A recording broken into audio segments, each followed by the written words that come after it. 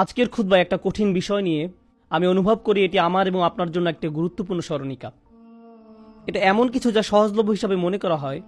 আমি শুরু করছি সূরাতুল হুজরাতের একটি আয়াত দিয়ে, যা আল্লাহ আযজা ওয়া জাল্লা বলছেন এই ঘোষণা দেওয়ার পর যে ইন্নামাল মুমিনুনা ইখওয়া, মুমিনরা একে অপরের ভাই। আমাদের নিজেদের মাঝে শান্তি এবং মীমাংসা প্রতিষ্ঠা করা উচিত। এই ঘোষণাটি দেওয়ার ঠিক পরের নির্দেশনা হলো ইয়া আইয়ুহাল্লাযীনা আমানু লা ইয়াসখার কওমুম মিন কওমিন, হে ঈমানদারগণ, কোন সম্প্রদায় যেন অপর কোন সম্প্রদায়কে বিদ্রূপ না করে। এক জাতি যেন অন্য জাতিকে নিয়ে উপহাস না করে। এক শ্রেণীর লোক যেন অন্য শ্রেণীর লোকজনকে নিয়ে উপহাস না করে। আগের দিনে আরবরা কওম বলতে গোত্র বোঝাতো, তো এখন এক গোত্রের লোকজন নিজেদেরকে শ্রেষ্ঠ মনে করত এবং তারা অন্য গোত্রকে নিয়ে উপহাস করত। আপনাদের মাঝে যারা পাকিস্তান, বাংলাদেশ বা ইন্ডিয়া থেকে এসেছেন, পাকিস্তানিরা হয়তো বাংলাদেশিদের নিয়ে উপহাস করেন, পাঞ্জাবিরা হয়তো উর্দু ভাষাভাষীদের নিয়ে উপহাস করেন, অথবা মরক্কোর মানুষ হয়তো আলজেরিয়ার মানুষকে নিয়ে ব্যঙ্গ করে। যাই হোক না কেন, এটা আয়াতের একটা অর্থ। আজকের আলোচনার বিষয় কিন্তু এটি নয়। অন্য দলকে নিয়ে ব্যঙ্গ করার অনেকগুলো দিক রয়েছে। প্রথমে আমি সুখরিয়া বা সাখিরা শব্দটির অর্থ ব্যাখ্যা করতে চাই। আজকের আয়াত লা ইয়াসখার কওম মিন কওমিন, ব্যঙ্গ করা বা কৌতুক করা বোঝাতে আরবিতে অনেকগুলো শব্দ রয়েছে, কিন্তু এই বিশেষ শব্দটির দুইটি দিক রয়েছে। একটা দিক হলো কোনো কিছু নিয়ে মজা করা।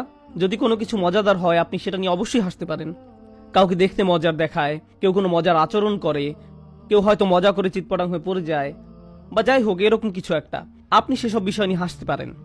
কিন্তু এই শব্দটির মাঝে তাসখির অর্থ নিহিত রয়েছে, যা আল্লাহ বর্ণনা করেছেন যখন আমরা কোনো প্রাণীকে আয়ত্তে আনি, অথবা তিনি যেভাবে মেঘমালাকে স্বীয় আয়ত্তে রেখেছেন তা বর্ণনা করতে এই শব্দ ব্যবহার করেন। আমি যা বলতে চাচ্ছি তা হলো, আপনি যখন কাউকে নিয়ে উপহাস করেন তখন ধরে নেন যে তারা আপনার চেয়ে নিচু, হীন, তারা কোনোভাবে আপনার অধনস্থ। ঠিক এরকম মানসিকতা নিয়ে আপনি তার সম্পর্কে চিন্তা করেন, অথবা আপনার আচরণের কারণে সে নিজেকে ছোট মনে করে। এটাও আসলে লা ইয়াসখার কওমুম মিন কওমিন। অন্য কথায় কোরআনে বর্ণিত এই বাক্যাংশটির একটি নিহিতার্থ হল, বিশ্বাসীরা যেন অন্য কোনো বিশ্বাসীর সাথে এমন কোনো আচরণ না করে যার ফলে তার নিজেদেরকে ছোট মনে হয়। তারা মনে করে তাদের মূল্য অনেক কম, নিজের কাছে নিজেরাই ছোট হয়ে পড়ে, সেই অনুভব। আবার বলছি, এই আচরণ আসতে পারে কোনো গোত্র থেকে, জাতি থেকে, অনেক জায়গা থেকে এটা আসতে পারে। তাই আজকে আমি এরকম একটি জায়গা থেকে আলোকপাত করতে চাই যেখান থেকে মূলত এই ধরনের মানসিকতার উদ্ভব ঘটে। আমি রাসূল সাল্লাল্লাহু আলাইহি ওয়াসাল্লামের একটি হাদিস দিয়ে শুরু করতে চাই। রাসূল সাল্লাল্লাহু আলাইহি ওয়াসাল্লাম বলছেন, ما أكل أحد طعاما قط خيرا من أن يأكله من عمل يده وإن النبي داود عليه السلام كان يأكل من عمل يده। নিজ হাতে উপার্জনের খাদ্যের চেয়ে উত্তম খাদ্য কেউ কখনো খায় না। যখন আপনি নিজ হাতে উপার্জন করেন আর সেই উপার্জনের টাকা দিয়ে আপনি খাবার খান, যদি এক কামড় হয়, তা যে কোনো খাবারই হোক না কেন, যদি এক কামড় হয় সেটাই আপনার জীবনের সবচেয়ে সেরা খাবার। তা যে কোনো খাবারই হোক না কেন, সেটা 3 দিনের বাসি পিজা হতে পারে বা বাসি কোনো পটেটো চিপস হোক না কেন, আপনার শুধু ওইটুকুই কেনার সামর্থ্য ছিল, এটা কোনো ব্যাপার না। এখানে গুরুত্বপূর্ণ ব্যাপার হলো সেই এক টুকরা খাবার আপনি নিজ হাতে উপার্জন করেছেন। তাই এটার চেয়ে উত্তম কোনো খাবার আপনার পক্ষে খাওয়া সম্ভব নয়। এই বক্তব্যের সাথে যোগ করে রাসূল সাল্লাল্লাহু আলাইহি ওয়াসাল্লাম আরেকটি উদাহরণ পেশ করেন, আর যে উদাহরণটি তিনি পেশ করেন তা হলো ওয়া ইন্নান নাবিয়াল্লাহি দাউদ আলাইহিস সালাম কানা ইয়াকুলু মিন আমালি ইয়াদিহি। আল্লাহর নবী দাউদ আলাইহিস সালাম নিজ হাতে উপার্জন করে খেতেন। দাউদ আলাইহিস সালাম সম্পর্কে আমরা সবাই জানি, তিনি ছিলেন মানব ইতিহাসের অন্যতম একজন সেরা শাসক। আল্লাহ নিজেই বলছেন, ইয়া দাউদা ইন্না জাআলনাকা খলিফাতান ফিল আরদ, ইয়া দাউদা ইন্না জাআলনাকা খলিফাতান ফিল আরদ। হে দাউদ, আমি তোমাকে পৃথিবীতে প্রতিনিধি করেছি। ইহুদিদের ইতিহাস থেকে আমরা জানতে পারি তার সাম্রাজ্য এত বড় ছিল যে তখনকার জানা দুনিয়ায় এমন কোনো জায়গা ছিল না যা তার সাম্রাজ্যের অন্তর্ভুক্ত ছিল না। আপনি এভাবে মনে করতে পারেন যে মানব জাতির ইতিহাসে অন্যতম মহান একজন শাসক ছিলেন দাউদ আলাইহিস সালাম। আল্লাহর একজন বিশেষ নবী ছিলেন তিনি। বস্তুত যখন আদম আলাইহিস সালামের সম্মুখে তার সকল সন্তানকে উপস্থাপন করা হয়, তখন দাউদ আলাইহিস সালামের প্রতি তার দৃষ্টি পতিত হয়। তিনি দাউদ আলাইহিস সালাম সম্পর্কে জিজ্ঞাসা করেন। আল্লাহর একজন বিশেষ নবী ছিলেন তিনি। এই মহান শাসক বা সম্রাট সম্পর্কে নবী সাল্লাল্লাহু আলাইহি ওয়াসাল্লাম আমাদের কি বলেন? তিনি বলেন, আল্লাহর নবী দাউদ আলাইহিস সালাম নিজ হাতে উপার্জন করে খেতেন। কুরআনে দাউদ আলাইহিস সালাম সম্পর্কে কি বলা হয়েছে? তার সরকারের ব্যাপকতা সম্পর্কে বর্ণনা করার পরিবর্তে তিনি কিভাবে তার সেনাবাহিনী নিয়ন্ত্রণ করতেন, কতগুলো যুদ্ধে তিনি অংশগ্রহণ করেছেন ইত্যাদি বর্ণনা করার পরিবর্তে কুরআন কি বলে, একটি বর্ণনা আপনাদের সাথে শেয়ার করছি। ওয়ালাকাদ আতাইনা দাউদা মিন্না ফাদলা, আমি দাউদের প্রতি অনুগ্রহ করেছিলাম। কিছু কিছু অনন্য সাধারণ বিষয় শুধু তার প্রতি অলৌকিক ছিল। উদাহরণস্বরূপ, ইয়া জিবালু আউবিবি মাআহু, হে পর্বতমালা, তোমরা দাউদের সাথে আমার পবিত্রতা ঘোষণা করো। অত্তয়ির, এবং হে পাখি সকল তোমরাও। ওয়া আলান্না লাহুল হাদিদ আনি'মাল সাবিগাতিন অকদ্দির ফি সিদ, আমি তার জন্য লৌহকে নরম করে দিয়েছিলাম।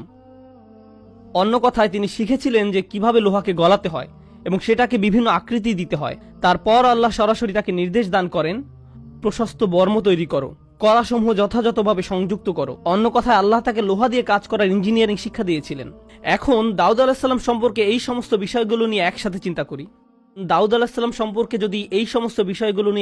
চিন্তা করি। তার কাজের কাঁচামাল সংগ্রহের জন্য তিনি পাহাড়ে যেতেন। তখন তিনি দেখতেন পাখিরা তার সাথে সাথে আল্লাহর গুণকীর্তন করছে। তারপর তিনি সেই কাঁচামালগুলো নিয়ে আসতেন, তিনি সেগুলো নিয়ে কাজ শুরু করতেন। সেই লোহাগুলো পোড়াতেন, গলাতেন একজন লোহা মিস্ত্রির মতো। আজকের দিনে এই কাজগুলো আপনারা হয়তো নিম্নমানের কাজ মনে করেন। যারা লোহা নিয়ে কাজ করছে, পোড়াচ্ছে, গলাচ্ছে, বাজে গন্ধ ছড়াচ্ছে, মানুষ তাদের নিকট যেতে চায় না। তাদের গোটা শরীরে লোহা থেকে ছড়ানো কালি এবং বালুতে ভরা থাকে। এই কাজটাই সারাদিন ধরে তারা করে। এটা এমন কাজ নয় যে আপনি 5-10 মিনিট করলেন তারপর শেষ। আপনি সমস্ত দিন এই কাজ করেই কাটিয়ে দেন, ক্লান্ত হয়ে পড়েন। এটা শারীরিক পরিশ্রমের কাজ, নীল পোশাকের মানুষদের কাজ, ফ্যাক্টরিতে কাজ করার মতো। এটা এমন কাজ নয় যে আপনি 5-10 মিনিট করলেন তারপর শেষ। আর দাউদ আলাইহিস সালাম এই কাজটিই করতেন। এই উদাহরণটি রাসূল সাল্লাল্লাহু আলাইহি ওয়াসাল্লাম আমাদেরকে প্রদান করেন। আর ঠিক এই উদাহরণটি বর্ণনা করার শুরুতে আল্লাহ বলেন, দাউদ আলাইহিস সালামকে একটি বিশেষ অনুগ্রহ প্রদান করা হয়েছে, তিনি তাকে এভাবে কাজ করা শিখিয়েছেন। এখন আমি যে বিষয়টা বলতে চাচ্ছি তা হলো, আল্লাহর নিকট থেকে এই উদাহরণটি পেশ করার মাধ্যমে আল্লাহ রাসূল সাল্লাল্লাহু আলাইহি ওয়াসাল্লাম পৃথিবীর সকল কাজকে সম্মান প্রদর্শন করেছেন। যখন আপনি একটা ট্যাক্সি চালাচ্ছেন, যখন আপনি একটা ক্যাশ রেজিস্টারের সামনে দাঁড়িয়ে থাকেন, যখন আপনি পিৎজা ডেলিভারি দিচ্ছেন, যখন আপনি কোনো এয়ারপোর্টে পরিষ্কারের কাজ করেন এবং বাথরুম পরিষ্কার করছেন, যখন আপনি সিকিউরিটি গার্ডের চাকরি করছেন, আর যখন কেউ জিজ্ঞেস করে আপনি কি চাকরি করেন, তখন আপনি লজ্জিত হয়ে পড়েন যে কি জবাব দিবেন। আপনি হয়তো তখন ভাবেন, ও তার তো একটা ডিগ্রি আছে, সে অ্যাকাউন্টেন্ট, তার একটা অফিস আছে, অমুক লোক প্রোগ্রামার, অমুক লোক ডাক্তার, অমুক লোক ইঞ্জিনিয়ার, আর আমি তো মাত্র একজন ট্যাক্সি চালক, আমি তো মাত্র একটা মুদির দোকানে কাজ করি, আমি তো শুধু ট্রাক চালাই। আপনি অনুভব করেন যে আমার তো দাম কম, কারণ আমি এই ধরনের কাজ করি। আল্লাহ সুবহানাহু ওয়া তাআলা সব ধরনের হালাল কাজকে সম্মানিত করেছেন। আর রাসূল সাল্লাল্লাহু আলাইহি ওয়াসাল্লাম বলেন, নিজ হাতে উপার্জিত খাদ্যের চেয়ে উত্তম কোনো খাদ্য কখনোই কেউ খায় না। এভাবেই আল্লাহ সব কাজকে মর্যাদাবান করেছেন।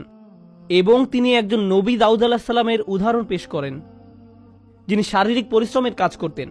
রাসূল সাল্লাল্লাহু আলাইহি ওয়াসাল্লামের আরেকটি হাদিস শুনুন। এই হাদিসটি শুনে আমি খুবই অনুপ্রাণিত হয়েছি। إما إنه كان إن كان يسعى على والديه أو أحدهما فهو في سبيل الله, যদি কেউ তার পিতা মাতা উভয়ের বা একজনের ভরণ পোষণের জন্য প্রচেষ্টা চালায়, তবে সে আল্লাহর পথে। আপনার পিতা মাতা বৃদ্ধ হয়ে পড়েছেন, কোনো কিছু উপার্জন করা তাদের পক্ষে আর সম্ভব নয়, আর তাই আপনাকে অতিরিক্ত কাজ করতে হয়।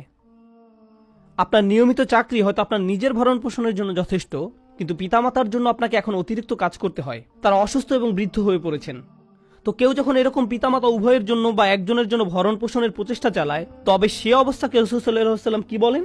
ফাহুয়া ফি সাবিলিল্লাহ, তবে সে আল্লাহর পথে আছে। সে লোক আল্লাহর পথে প্রচেষ্টা চালাচ্ছে। আল্লাহর নিকট তা সম্ভ্রান্ত কাজ। এই মানুষটার হয়তো খারাপ লাগতে পারে এই ভেবে যে আমি অনেক বেশি বার মসজিদে আসতে চাই, কিন্তু আসতে পারি না, বেশি কোরআন তেলাওয়াত করতে সময় পাই না। আগে আমি জ্ঞান অর্জনের জন্য কত সময় ব্যয় করতাম, আর এখন আমি সব সময় কাজ করি, কারণ আমাকে আমার পরিবারের ব্যয় বহন করতে হয়। আমার মনে হচ্ছে আমি দুনিয়াকে সকল সময় দিয়ে দিচ্ছি। আগে আমি আল্লাহর দ্বীনের জন্য কত সময় ব্যয় করতাম। এই পরিস্থিতিতে রাসূল সাল্লাল্লাহু আলাইহি ওয়াসাল্লাম আপনাকে বলেন, এটাও আল্লাহর পথে। তারপর এমন নিরুপায় মানুষও আছে, তারা এত পরিশ্রম করে যে তারা যে কাজই পায় তাই করে, কিন্তু তারপরেও কোনো রকমের সংসার চালায়। তারা কোনো মতে নিজেদের খরচ বহন করে, দিনে আনায় দিনে খায়। তাদের সম্পর্কে রাসূল সাল্লাল্লাহু আলাইহি ওয়াসাল্লাম কি বলেন? আর যদি সে শুধু নিজের জন্য প্রচেষ্টা চালায়, সেটাও আল্লাহর জন্য, সেটাও সম্মানিত। এটাই আমাদের ধর্মের সৌন্দর্য। আল্লাহ মানুষকে সম্মানিত করেন, আমরা তাদের দিকে নিচু দৃষ্টিতে তাকাই। তারা নিজেদেরকে ছোট মনে করে। শুরু করেছিলাম লা ইয়াসখার কওমুম মিন কওমিন দিয়ে। আপনার আচরণ দ্বারা কাউকে ছোট করবেন না, এক গ্রুপকে অন্য গ্রুপের তুলনায় ছোট করবেন না। ধরুন আপনারা কয়েকজন বন্ধু একত্রে থাকেন, সবাই কলেজ পাশ করেছেন, কিন্তু একজন পাশ করতে পারেনি। তার অর্থনৈতিক সমস্যা আছে, তার বাবা ব্যবসায় লস করেছে, তাই তাকে স্কুল ত্যাগ করে একটা গ্যাস স্টেশনে চাকরি নিতে হয়েছে। এখন আপনারা সবাই চাকরি করেন, একত্রে ঘুরেন, আর সেই বন্ধুর দিকে নিচু দৃষ্টিতে তাকান, তাকে মনে করিয়ে দেন যে সে কিভাবে স্কুল পরিত্যাগ করলো। এটাই লা ইয়াসখার কওমুম মিন কওমিন। তার গ্যাস স্টেশনে দাঁড়িয়ে থাকা, গ্যাস পাম্প করা আল্লাহর নিকট মর্যাদাবান এবং সম্মানিত। এর মাধ্যমে আল্লাহ তাকে সম্মানিত করেছেন। আল্লাহর এই আয়াতটি মনে রেখে উপার্জন বিষয়ে আমরা একে অন্যকে ছোট চোখে দেখি না।